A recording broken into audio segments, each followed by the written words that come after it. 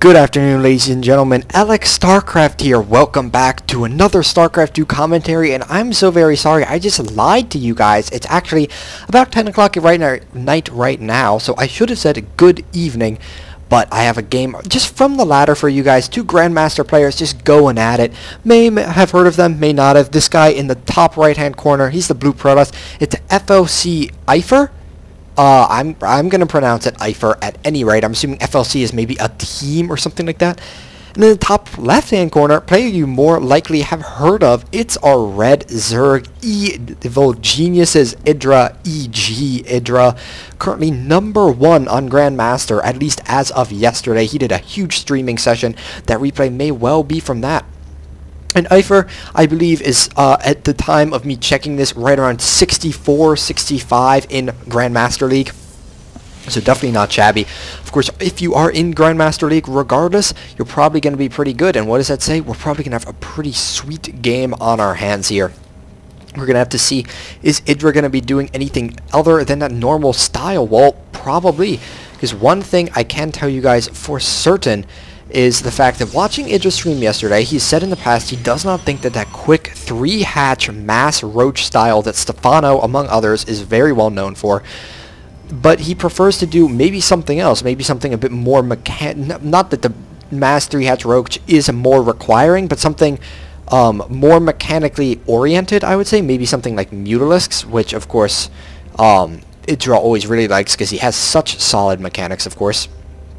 But so yesterday when I was watching him stream, he was going for a good number of Baneling plays, stuff like that, like Ling, Baneling, and Fester into Ultralisk, including drops, a whole lot of different really cool stuff, incorporating Mutalisks into his play.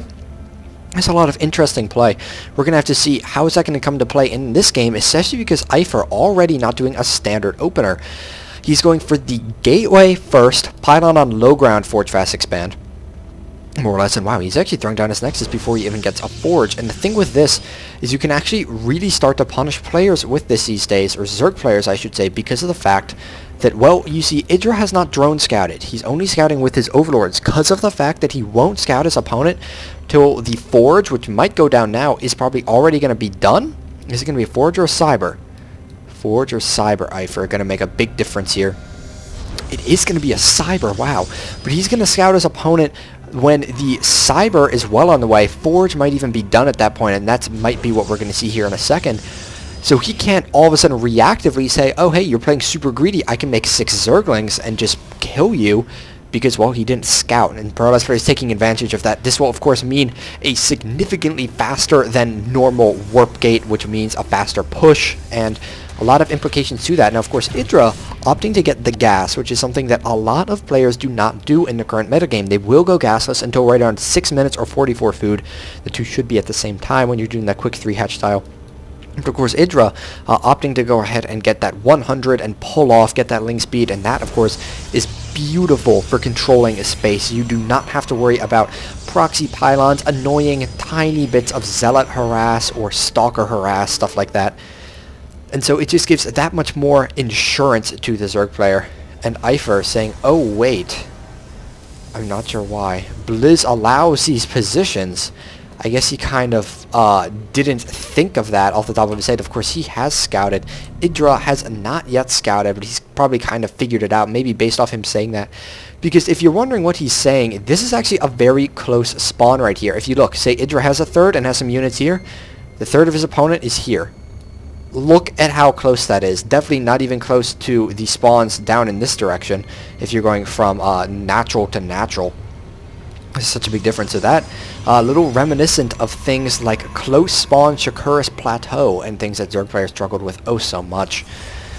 So we're going to have to see how's EGIdrA going to cope with that. Now, Warp Gate already about 50 seconds for finishing, so that's going to finish right around 7 minutes. +1, however, is going to come so far behind that those Zealot pushes will not be nearly as effective. He will need much higher units of numbers of units in order to be as cost-effective against EGIdrA. Now, EGIdrA has a second gas on the way, has put guys back on the third, but you see he only just put them back on. Just mind about 16 new gas, as you see up here. But he does have that link speed finish, grabbing a fairly delayed third hatchery. But again, he opted for earlier tech, being a bit safer, traded it off a little bit for economy. Now Warp Gate is going to finish. Idra has probably scouted that he is going for a +1 upgrade, but he probably has also noticed how delayed it is. If Idra has, well, played as well as we all know he can, and yes, he saw this, so that automatically told him, like, oh, hey, this isn't a normal Forge Fast Expand.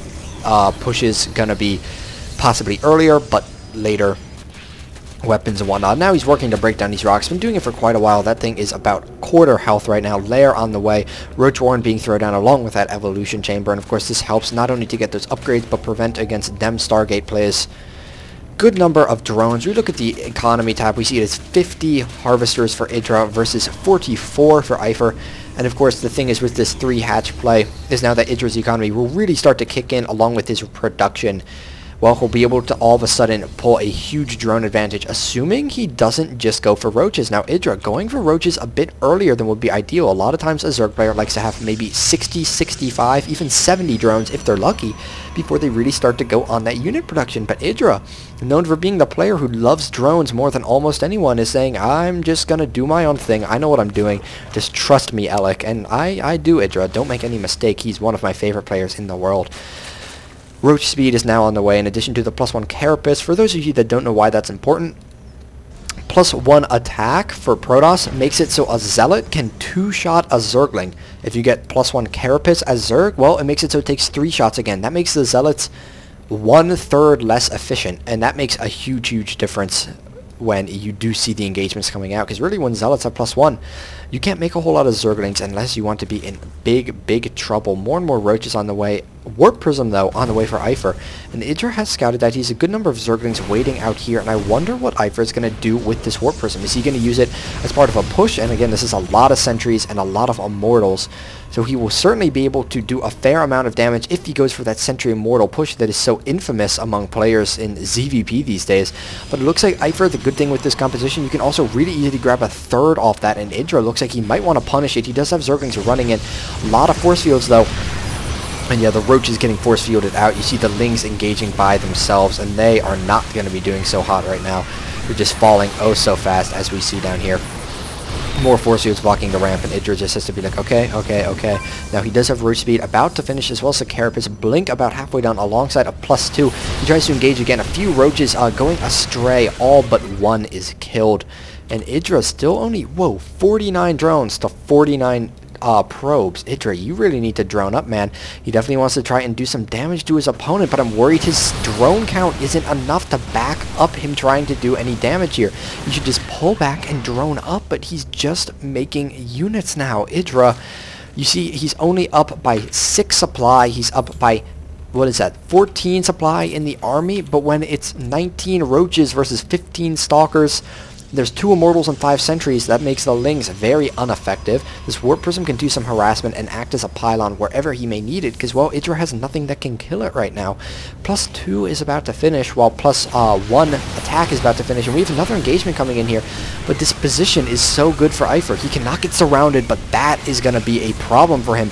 Roach is going to be running into the main, and he cannot really give up this position too much. Some Stalkers blinking down, but Idra, some Roaches getting stopped out here, and now units just blink right up. And, whoa, okay. Well, just like that, the game is kind of over. Idra leaves the game. And honestly, the big thing with that game is, as I was saying, Idra did not have enough drones to support the big Roach aggression he was trying to do. Again, normally you want to have 60, 65, if you're super duper lucky, maybe even up to 70 drones to do that. Idra only had about 52 at his highest, so unfortunately you cannot be cost effective, as we do see right here. My god, that is a little bit unfortunate, but that is my one cast that I'm bringing to you from the ladder. Going to be bringing another one soon, trying to get back on my 1-a-day schedule. Remember, guys, follow me on YouTube, or subscribe I should say, it means a lot. You can also find me on Twitter at fLcStarcraft, and without further ado, guys, have a wonderful evening.